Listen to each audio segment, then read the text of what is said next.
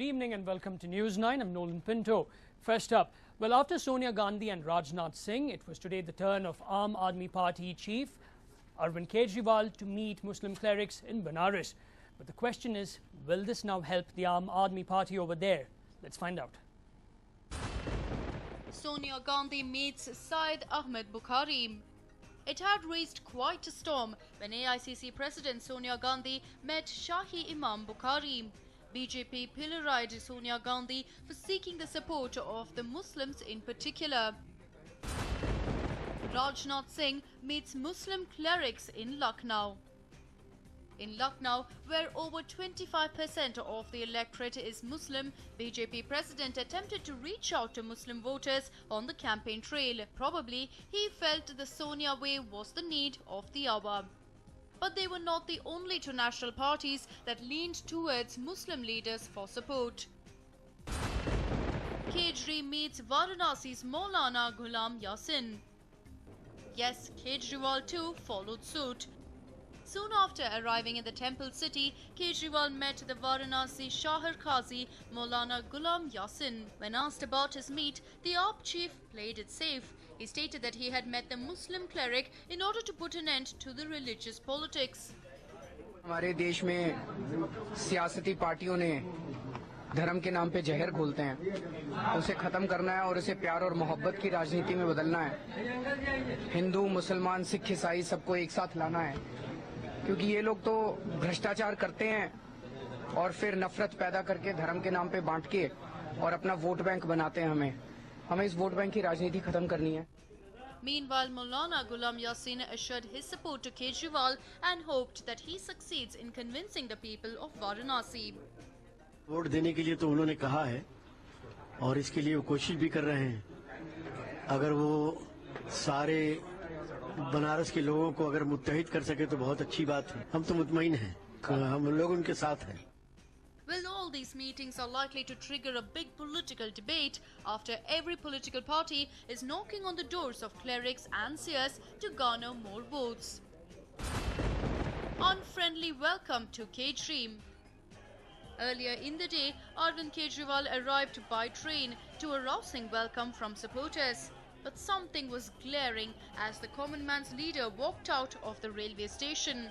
It was the posters pasted through the way, calling Arvind Kejriwal a baghoda. This was in direct reference to Kejriwal having resigned as Delhi Chief Minister within few days of being elected as the chosen one. Several AAP supporters were seen in the morning removing the posters before their chief could arrive. एतराज क्या ये उनकी बेवकूफ़ी है जो ऐसा ऐसा poster लगा रहे हैं। एक इंसान सच्चाई रास्ते पे चल रहा है, उसको आप लोग फिर वो कर रहे हैं कि मतलब बहुत करप्शन है, उसको खत्म करना हम लोगों का मोटो है और इसीलिए हम लोग इतना जी जान से लगे हुए हैं। भगोड़ा नहीं है ये तो। भगोड़ा क्या, 2 सीट से आज मोदी जीत जाएंगे तो 1 सीट छोड़ेंगे तो उनको भगोड़ा आप कहेंगे ना, वही तो भागेंगे छोड़ के seat. Kejriwal, who is accompanied by his family members, is expected to spend almost a month in Varanasi. He will most likely file his nomination on April 17th and also campaign for Kumar Vishwas. But will his meeting with Shahar Qazi be a thorn in his flesh in the days to come is what remains to be seen. A News9 report. Well, ever heard of boxing matches where cousins are the main contenders? Never? Well, take a look at the special report where cousins here are up in arms against each other. Boxing matches, 2 wrestlers fighting it out in the ring, and mixed martial artists battling it out to reign supreme. Well, these matches have always garnered attention and fanfare. But now it's time to shift focus on the all-out battle between 2 high-profile contenders and their ultimate match. But before ringing the bell, let's meet the contenders themselves. Priyanka Gandhi, 42 years of age, not contesting this election. Varun Gandhi, 34 years of age, a candidate from Sultanpur constituency. Yes, the all-out war is between the 2 Gandhi cousins. Though it's all in the family, there was no touching of gloves. They just got started with dishum dishum. Round 1. While the bell ringing suggestive of a start to the fight, Priyanka Gandhi called Varun Gandhi a betrayer, a person who had lost his path in life. It is true that Varun is my brother and he is contesting the elections from Sultanpur. But I do not want you to think he is a Gandhi. The Gandhi family has shed its blood for this country. He must understand that politics cannot be divisive, it must unite people. He must learn that this is not how one does politics. Your vote must teach him to learn the language of love and unity. The words were strong. Varun's mother, who was watching the match from outside the ring, was deeply pained. But Varun Gandhi didn't react. He waited for the round 1 to get over. Round 2.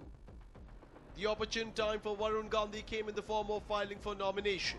Supporters cheered the young Gandhi and showered rose petals as he set out on a rally before filing his nomination in Sultanpur. After filing his nomination, Varun Gandhi exuded confidence of a win. He launched a punch in the form of a point-by-point veiled rebuttal following Priyanka's attack. He stated that his inherent decency and large-heartedness should not be seen as weakness, and that he had never crossed the Lakshman Rekha of decency in a press release.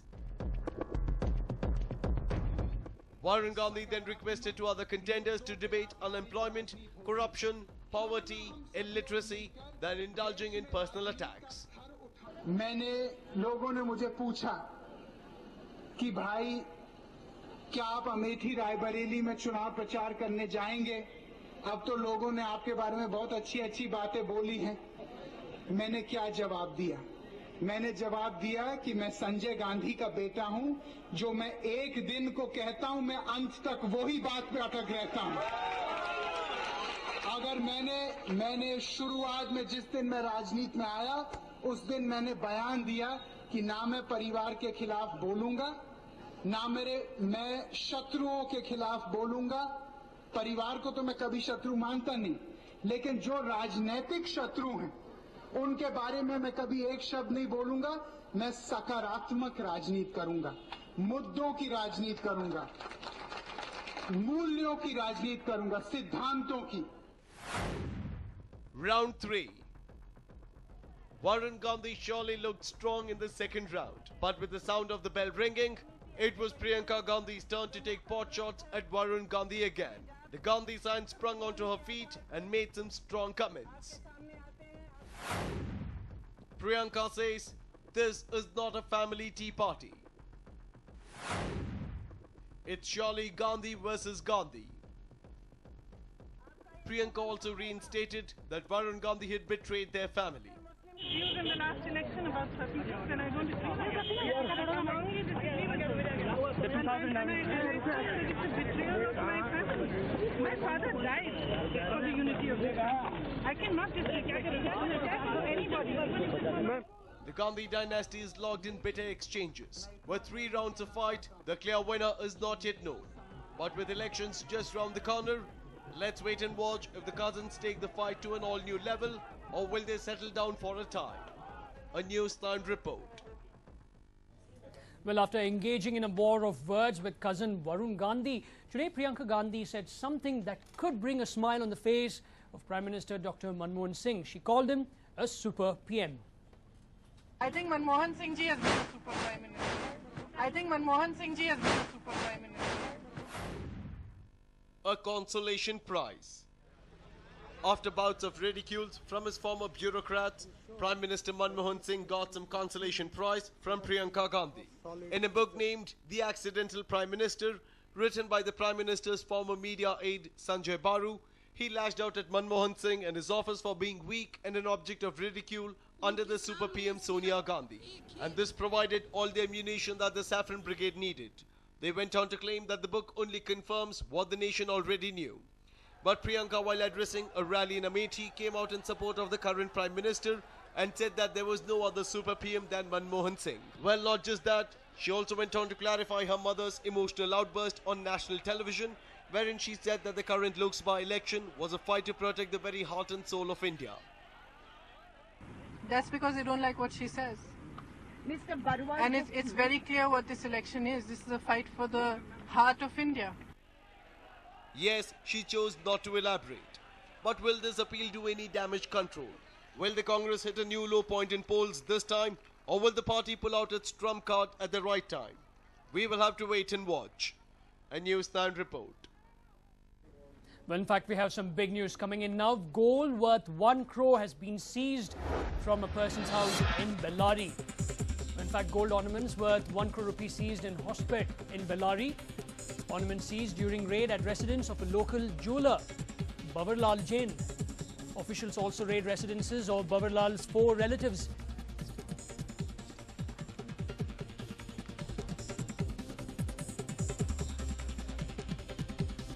Raids carried out under supervision of Assistant Commissioner Sunil Kumar. This is the big news that we're now tracking. Gold ornaments worth 1 crore rupees seized in Hospet in Bellary. Ornaments seized during raid at residence.